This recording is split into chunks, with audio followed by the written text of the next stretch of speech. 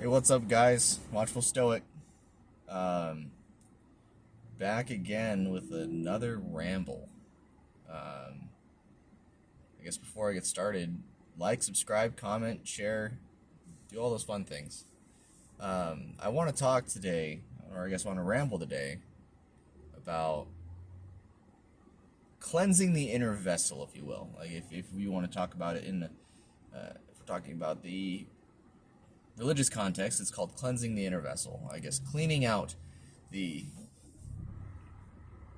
negativity from your system, cleaning out the negative thought processes, and learning how to control what you can control, and applying the different Stoic principles to control what you can and discard what you cannot. I guess one of my first thoughts goes to ego investments. We get really caught up in a lot of the things that we do, and a lot of the things that we have earned, a lot of the things that we have bought, a lot of the things that we just really have investments in, because without those investments, a lot of what we know, a lot of what our identity is, goes away and disappears. And that is not a great experience. I know from personal experience that losing a part of yourself, whether it's because you change your mind and you realize something that you've been relying on is a lie, or if you have to forgive someone and your hard feelings towards that person were what was driving you, or if you rely on sadness or whatever kind of emotion or investment you have in a belief, idea, system, belonging, treasure, XYZ, this, that, the other. You should be okay if those things disappeared. Because what you can control is within yourself, and that is it. That's all you can do. If I was to get into a car accident, I would lose my vehicle. If it was totaled, I'd lose my vehicle. Thankfully, I have gap insurance, so that wouldn't weigh too heavily on my mind. But I should be able to lose my vehicle and continue onward without having an emotional investment into what had happened.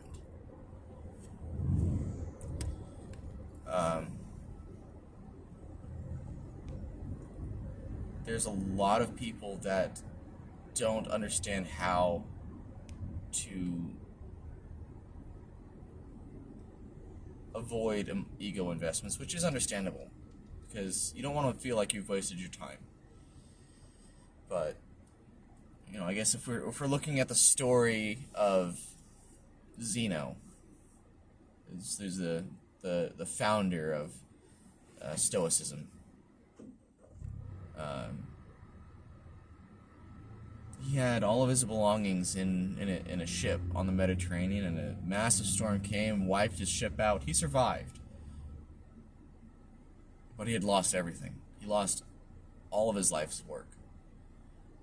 Everything that he had worked for up until that moment was gone. Being able to lose everything and continue onward, that is one of the core principles of Stoicism. If not the core principle. I guess it depends on who you talk to. I imagine it varies from person to person, but there are a lot of ideas that we can agree are the same. There's many different flavors of everything. You want different flavors of Christianity, don't worry, there's plenty. If you want different flavors of Islam, of atheism, of Buddhism, Hinduism, XYZ, they're more than enough. They're the Church of the Flying Spaghetti Monster. Like, I'm sure there's more than one version of that. I don't know, but I imagine there might be. There's a lot of people in this world, and they have a lot of crazy ideas. And if we really wanted to boil it down to something, everyone has their own unique version of whatever it is they believe in, and whatever it is they claim to believe in.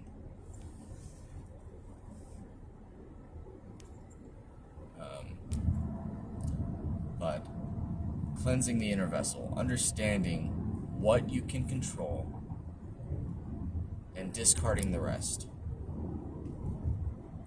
You can't control other people, so you need to discard your ego investments in other people. That's not to say that you give up on them entirely and that you should not trust them, but that you should be okay, that you should be willing to let them go if that's what fate decides. Sorry, I'm making a dirt here. It's not a very, very easy concept to hold on to.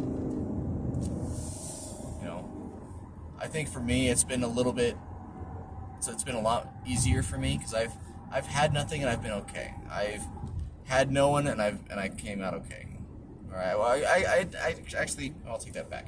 I haven't had a point in my life where I've never been without someone to help me out, that I can rely on and talk to. I've always had someone that I could talk to. So I've never been truly alone, and for that I am grateful. But there are people out there that do not have anyone. And my heart goes out to those people.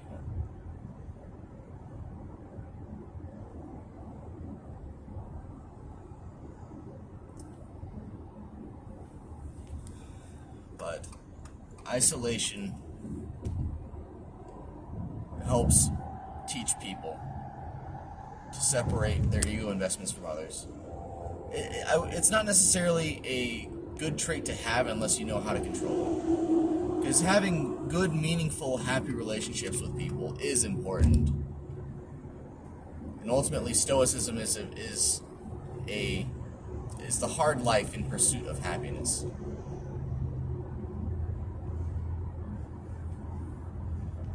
It's being able to be durable, being able to really resist the pressures of this world.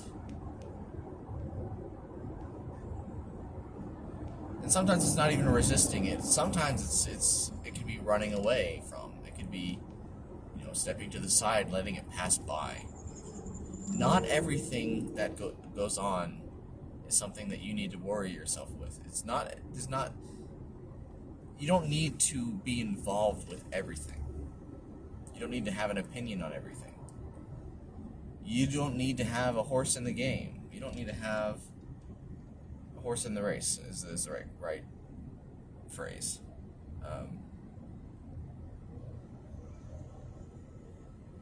But learning how to detach yourself from your ego investments, unplug. Because if you were dropped off in the middle of nowhere with nothing but the clothes on your back, the question is, could you survive? Could you find a way to recreate your life, or create a new life, rather? Because I don't like the idea of recreation here, because recreating would simply be trying to get back to where you were. That's in the attempt to move backwards into the past, which I don't think is a healthy thing to do. We don't want to be moving backwards, we want to move forwards. We don't know what's going to happen to us, we don't know what's in the future, so we shouldn't have any ego investments in the future. And we shouldn't have any ego investments in the past. We should be living mindfully in the present.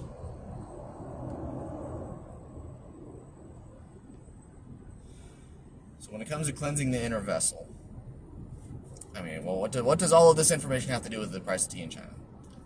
That's a quote from one of the smart guys I know.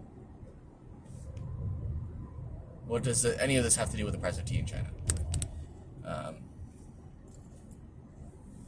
Which basically means, what does this have to do with anything?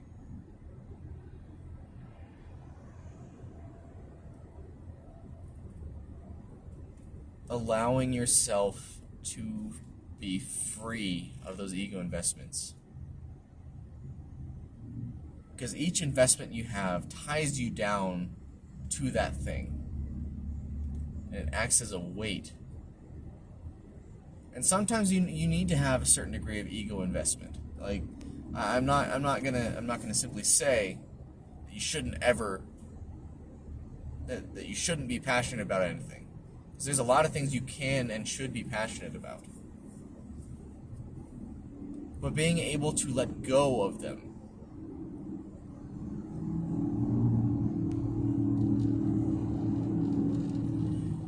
you need to eliminate distractions from your mind. You need to have good thoughts about things. Anything that leads you forward and upwards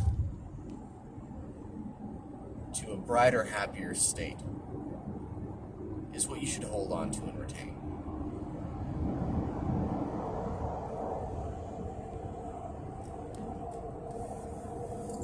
Now, there should always be room for sadness and anger, because those are good, healthy emotions. They should not necessarily be avoided, but they should not be overly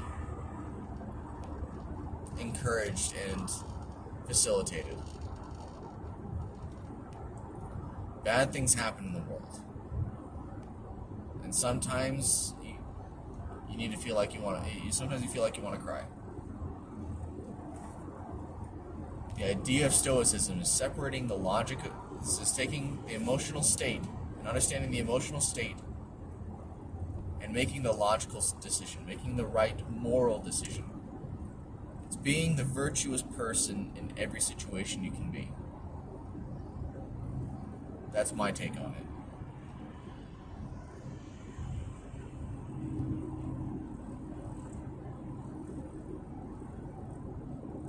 It's hard to say what each action should be, what each virtuous action will be. You know, I like to approach things with a, we'll see when we get there kind of frame of mind, because I don't know what's going to happen. I just know that when I get there, I will try to do my best to be the virtuous person. Now, whether or not I succeed is a different story. I don't know if I'll succeed in that endeavor. That's just simply what I strive to do.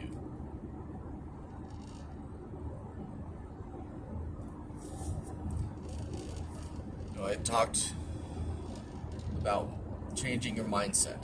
This is part of it. What is it that you focus on?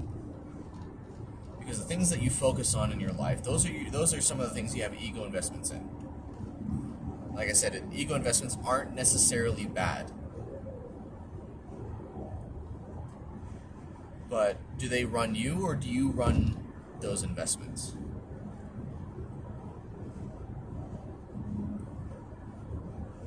Because obsession is not necessarily a healthy thing.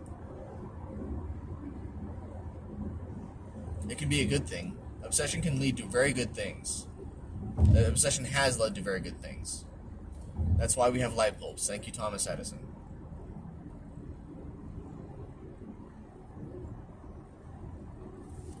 And thank you, Nikola Tesla. Edison may have stolen some of Tesla's work, but, they were both obsessive people. And they both contributed to a great environment that we all get to now enjoy. Lots of people have been obsessed about great things, and it has led to dramatic progression. The obsession that I have in mind is the kind of obsession that causes you to become irrational and unhealthy.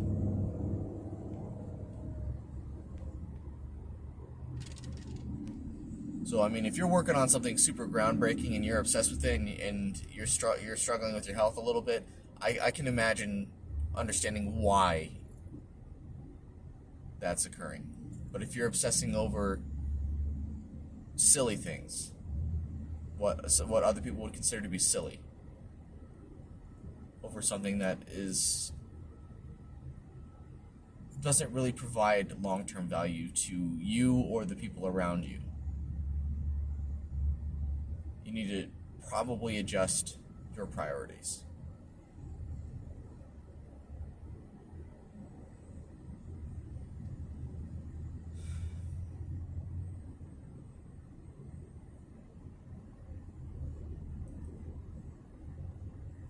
I guess the big question is what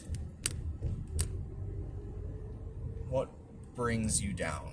What do you feel brings you down? Find the source and the root of that. The real source and the real root. You should be asking yourself. You need to ask questions. The thing is, your subconscious knows a lot of stuff, and if you ask your subconscious things, it'll give you the answers every now and then.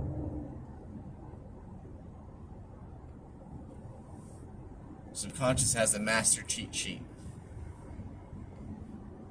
Meditation, journal writing, questions, exploring your mind, finding ways to communicate with that deeper self of yours and connect and figure out what's going on with you.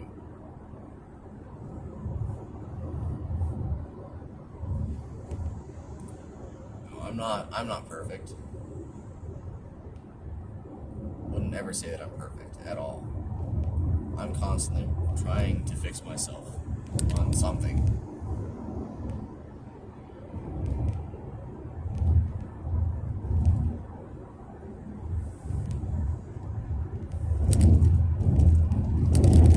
The question is, what do you want to do? And how are you going to do things? And how do you want to feel? And how are you going to get there?